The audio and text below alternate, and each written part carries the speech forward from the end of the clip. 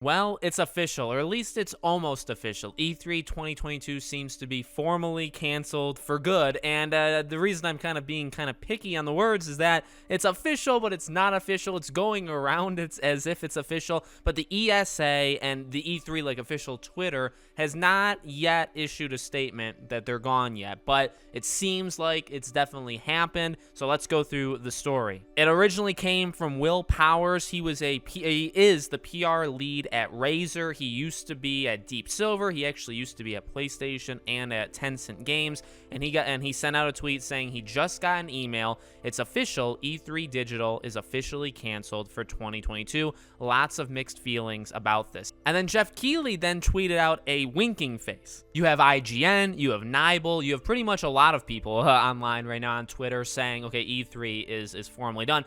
Jeff Keighley's getting a little bit of flack online. I'm actually kind of with him in terms of people are tweeting at him saying, "Oh yeah, it must be really nice to signal off or to give your okay, your approval, right, on the destruction of like an industry event." And it's like, all right, just lower your guns. Everybody calm down a little bit. As I've said, and I honestly think Jeff Keighley stands for a lot of good here as well. The E3 that we all know and love has long been dead. It's been dead for 5-6 years. There hasn't been what would be considered a unanimously good E3 since like 2014, 2015. All right, so let's not pretend like they're destroying something that is like a beacon of just amazingness. Okay, there's spots out there, okay, that can actually fill it. And even like last year, what we witnessed is I constantly said, last year Microsoft did a really good job at E3. They did.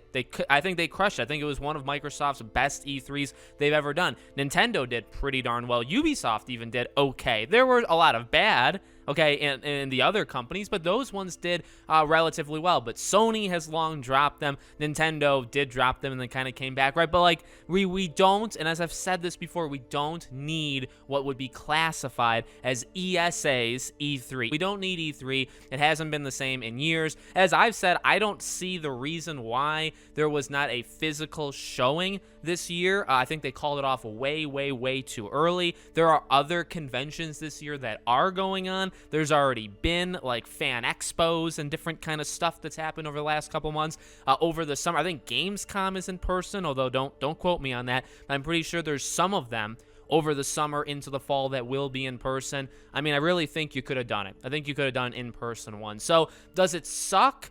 Yes, because as I've said, E3 used to be important to me. It did. It used to be a tradition. I used to go and hang out with my friends, and we used to actually they came to me, and we would watch it together. We watch it together on my TV. Internet wasn't the greatest, so we'd have to turn off the internet everywhere else in the house. My parents wouldn't go on, my sister wouldn't go on, and we would watch E3, and it was quite a time. It was a lot of fun.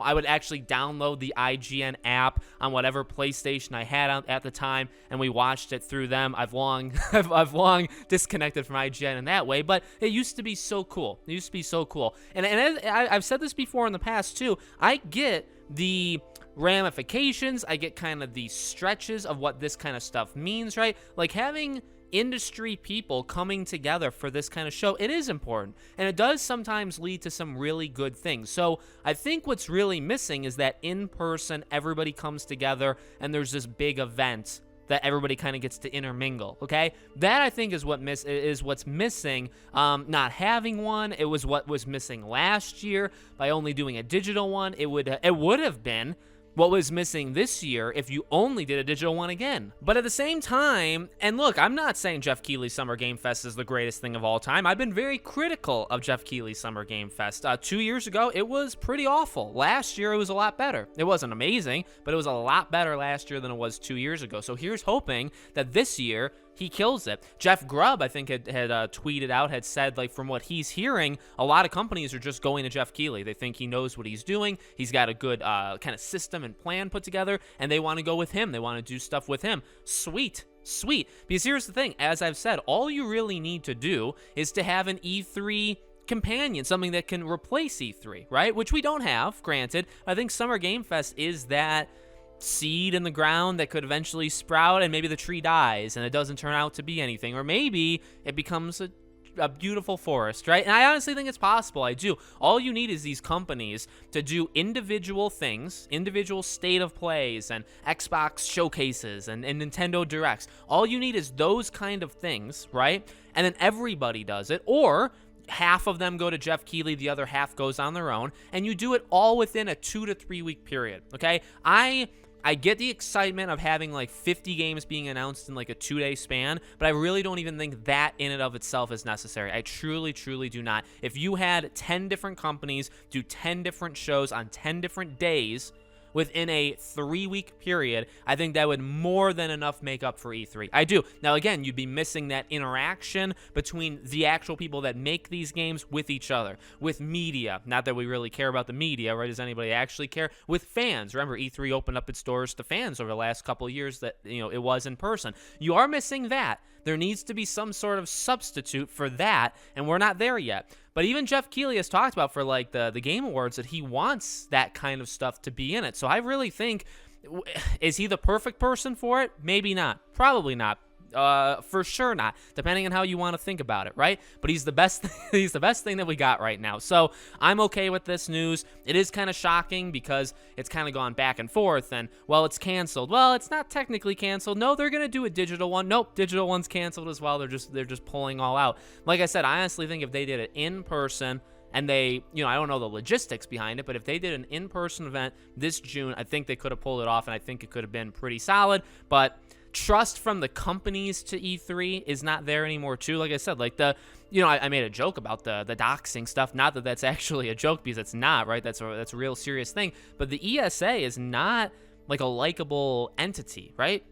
Press doesn't, Kotaku doesn't like anybody, and nobody likes Kotaku, but all of these companies, both developers, publishers, and now the media, they do not like really the ESA all that much. So I'm not surprised, that kind of trust is, it's been eroding, and now it's completely gone. So, yeah, give it to Jeff Keighley. And if he messes it up, and you do something else. In fact, again, as I've constantly said, just go on your own. You don't need anybody, right? I've said multiple times that WB Games should have just done their own. They were going to do an E3, right, 2 years ago, but do your own. Show Wonder Woman, show Gotham Knights, show Hogwarts. Now, that's just one company, but instead, what do? They give one to the State of Play for PlayStation. They give everything else to DC Fandom, right? So these individual companies need to figure themselves out, and then we could actually have a pretty cool summer every single year. So let me know what you guys think in the comments. Make sure you're all subscribed to the channel. Hit the bell icon so you guys know when all these videos go up. If you want to follow me anywhere else, all my social media is in the description below. Thank you guys for watching, and I hope to see you all on the next video.